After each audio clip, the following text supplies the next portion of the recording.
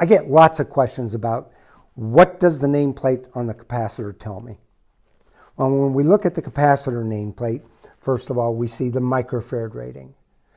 The microfarad rating on the nameplate of the capacitor should always match the microfarad rating on the nameplate of the motor for that motor to operate at its highest efficiency. The second bit of information that we see is the voltage. On this particular capacitor, we see 440/370. Well, what does that mean? When we look at this particular motor, it shows that the voltage rating that this motor requires is 370.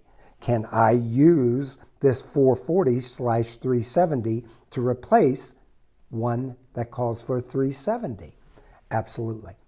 You can always go up in voltage rating, but you should never go below the voltage rating shown on the motor. And that voltage rating on the motor is not the line voltage of the motor, but that is a voltage that is generated when the motor is operated as a result of something called back or counter EMF, electromotive force. So on the Titan HD capacitor, this shows 440/370. This is a 440 volt capacitor.